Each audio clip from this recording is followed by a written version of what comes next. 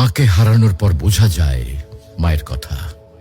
যে সকালে তুমি ঘুম থেকে উঠতে মায়ের ডাক শোনার জন্য, আর সেই ডাক চিরদিনের জন্য থেমে গেছে।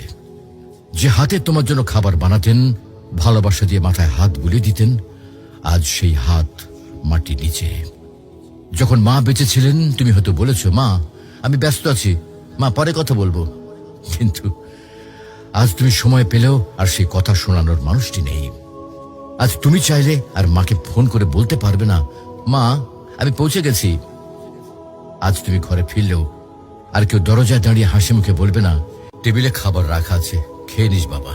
মাকে হারানোর পর বোঝা যায় তিনি শুধু একজন মা ছিলেন না, তিনি ছিলেন ঘরের আলো, জীবনের দোয়া আর হৃদয়ের শান্তি। এখন বুঝতে পারো মা যে বারবার নামাজের কথা বলতেন, ভালো মানুষের সাথে চলতে বলতেন, এগুলো তোমার জন্য কত বড় উপহার ছিল। প্রিয় ভাই বোন, মাকে হারিয়ে আফসোস করার আগে কদর করো। মায়ের হাতে চুমো দাও, তার জন্য দোয়া করো, তাকে জড়িয়ে ধরো যতদিন তিনি আছেন। কারণ হয়তো একদিন তুমি শুধু বসে বসে কাঁদবে আর মনে পড়বে, ইস যদি মাকে আরেকবার জড়িয়ে ধরতে পারতাম। মাকে হারানো মানে পৃথিবীর সব থেকে বড় আশ্রয় হারিয়ে ফেলা।